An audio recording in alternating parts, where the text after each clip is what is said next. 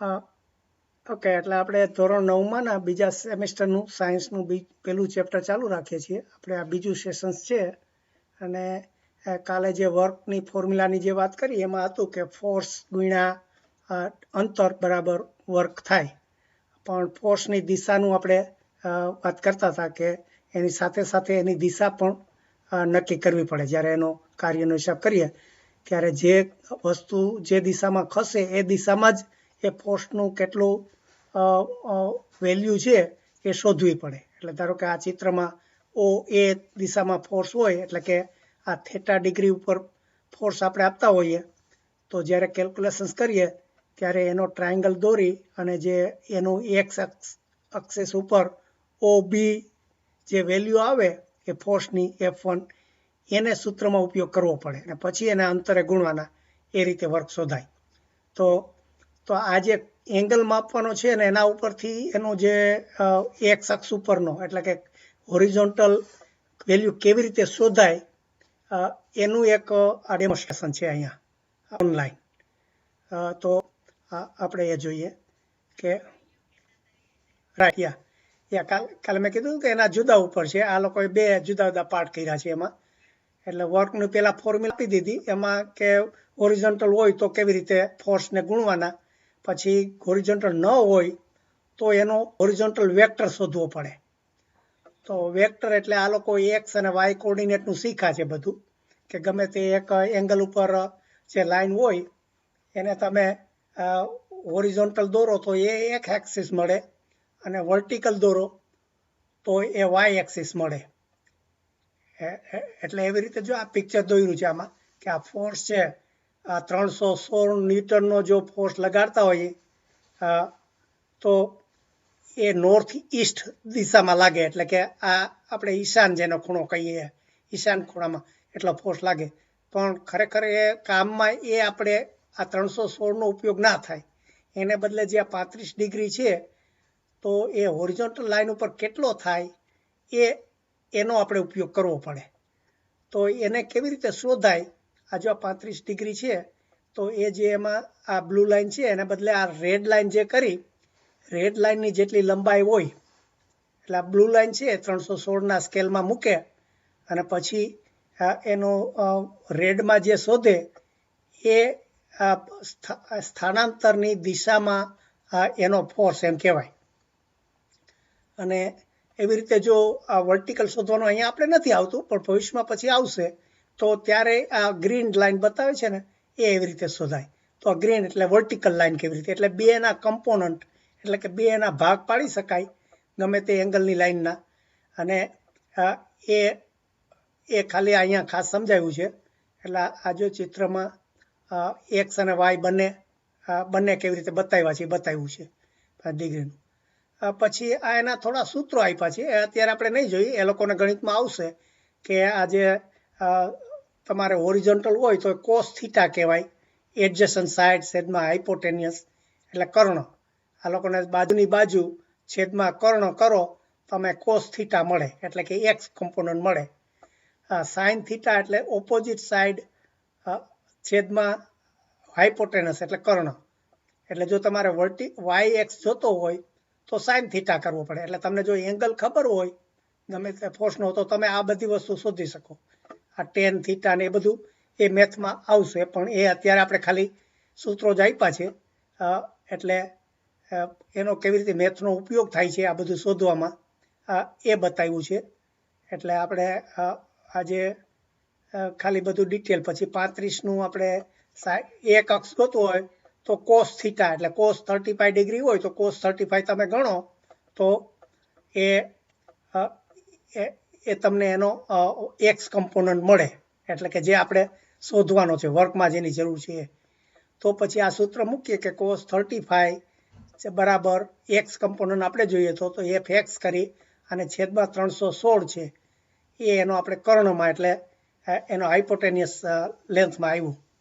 એટલે અને cos theta આપણને ટેબલ ઉપરથી મળી શકે ગમે તે ડિગ્રી આપી હોય તો એનો એટલે આપણે એફ એક્સ શોધવાનો છે તો પછી આ સમીકરણમાં આપણે બાજુ ફેરવી શકીએ કે એફ એક્સ ડાબી બાજુ રહીએ અને બાકી જે આપણને ખબર છે એ વસ્તુ બધી જમણી બાજુ રહીએ એટલે cos 35 ની જો કિંમત 0.8192 એવી આપણે ટેબલ ઉપરથી જે શોધી શકાય.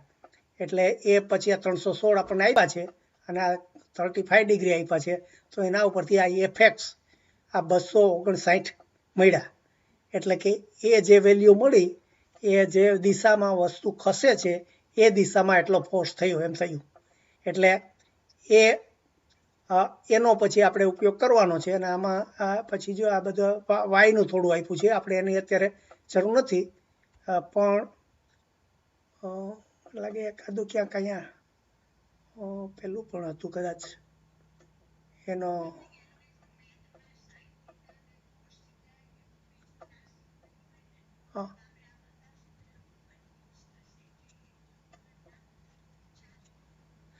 ના, પણ એ લોકોને આવે છે, મેથમાં ચેપ્ટર આવે જ છે. એટલે એને યામ ભૂમિતિ કરીને આવે ને, યામ ભૂમિતિ એટલે કોર્ડિનેટ ને ભાઈ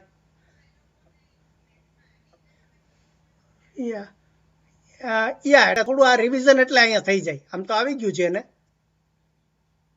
આ જો આ ઇન્ટરેક્ટિવ એટલે હું ખાસ બતાવવા માંગતો હતો એને, આ વિઝ્યુલાઇઝેશન એટલે આ ડેમોન્સ્ટ્રેશન છે ને, આમાં શું કહે છે કે આ તમે આ મેગ્નિટ્યુડ છે આ 210 ની, એટલે ગમે તે કિંમત હોય અને તમે રોટેટ ક્લોકવાઇઝ, એટલે જો આ મારે એંગલ આવી રીતે ફેરવો તો આ 10 ડિગ્રી મેં જો પેલું ફેરવું તો આ એ નીચે એનો એક્સ કમ્પોનન્ટ આવ્યો 20.84.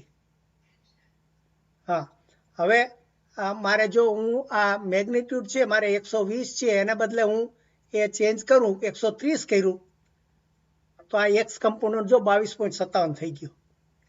એટલે ટૂંકમાં આપણે વર્કનું જ્યારે શોધીએ ત્યારે આ બે વસ્તુની જરૂર પડે, તો એ આ ગ્રાફની અંદર આ પ્રોગ્રામમાં તમે ગમે તે વસ્તુ, ધારો કે હું આ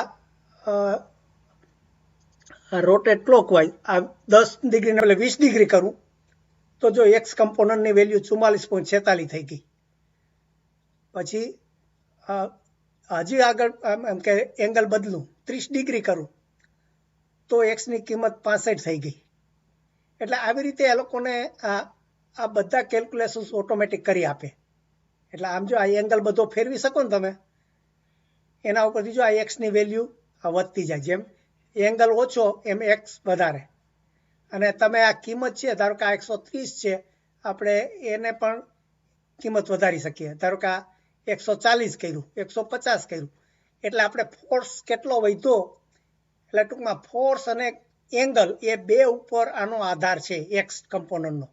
એ વસ્તુ અહીંયા એને આ કે વિઝ્યુલાઇઝથી કરીને બતાવે છે.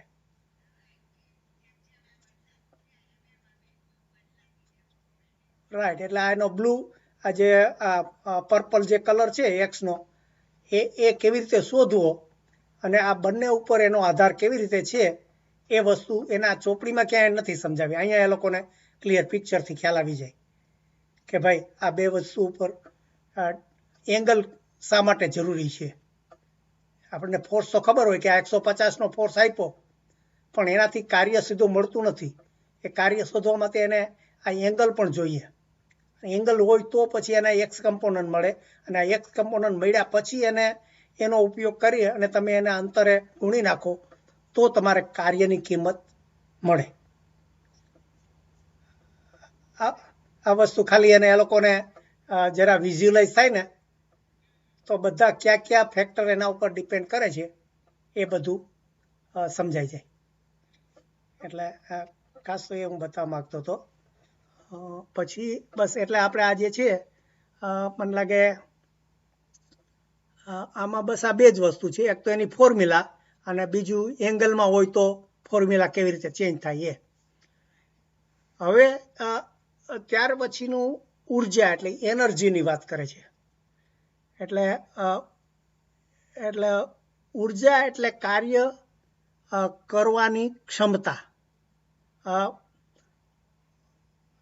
એટલે આ જે પાછું જે છે આપણે પેલો જે ગલ્ફનો પેલાનો દાખલો આપ્યો હતો એ પ્રમાણે કે ભાઈ જેમ પેલો ગલ્ફર પેલું મારતો જાય પેલાને દડાને, એમ જેમ વધારે જોરથી મારે એમ એની એનર્જી વધે. એટલે એનું કાર્ય કરવાની રાઈટ. એટલે એટલે આપણે હવે એની એમ કે વ્યાખ્યા શીખશું કે ઉર્જા એટલે કાર્ય કરવાની ક્ષમતા. એટલે આપણે કાર્ય તો શીખવું એટલે આ ઉલટું થાય. હવે આપણે બેકવર્ડ જઈએ છીએ.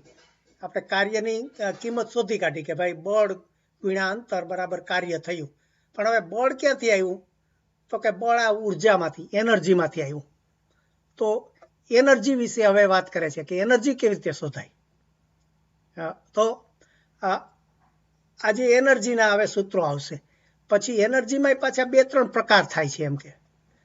એટલે શક્તિ તો ખરી, પણ આપણે કાઇનેટિક એનર્જી એટલે કે આજે આપણે દડાને મારીએ છીએ કે જે કાંઈ કરીએ છીએ એ બધી કાઇનેટિક એનર્જી કહેવાય. પછી અમુક કેમિકલ એનર્જી હોય, ખાલી કોઈ રસાયણ આપણે કરીને એમાં ગરમ કરીએ, ગરમી ઉત્પન્ન કરીએ. પછી ઇલેક્ટ્રિક એનર્જી હોય, પાવર જે આપણે વાપરીએ છીએ, ઇલેક્ટ્રિક પાવર. અથવા તો ઊંચેથી વસ્તુ નીચે પાડીએ તો જેમ વસ્તુ ઊંચી જેટલી રાખી હોય, પાણીનો આપણે પાણીની ટાંકી તારીખો હોય તો પાણીની ટાંકી જેમ ઊંચી હોય એમ આપણે ઘરમાં બધે પાણી પહોંચી શકે, ફોર્સથી પાણી આવે. એટલે એ જે ઊંચાઈને કારણે જે ઉર્જા આવી શક્તિ પાણીમાં એ એક પોટેન્શિયલ એનર્જી કહેવાય. એટલે એ બધાના હવે એક પછી એક સૂત્રો અહીંયા આવે છે. તો એમાં પહેલી આ બધી જે શક્તિની વાત કરી એમાં થોડો દાખલો આપ્યો છે કે સાયકલને તમે પેડલ લગાડો તો તમે તમારું એક એનામાં એક તમે એનર્જી ઉત્પન્ન કરી છે. પછી બ્રેક લગાડો તો તમે ઉલટી ઉર્જા ઉત્પન્ન કરી, એટલે કે વાહનની ઉર્જા ઘટી ગઈ છે એમ. એટલે એવું થોડું કરીને પછી ગતિ ઉર્જા એટલે કે આજે આપણે દડાને માર્યો અને આ જે થયું એનું સૂત્ર હવે આણે સીધું જ આપી દીધું છે કે મારો 1 મિનિટ આપણે ફરીથી હું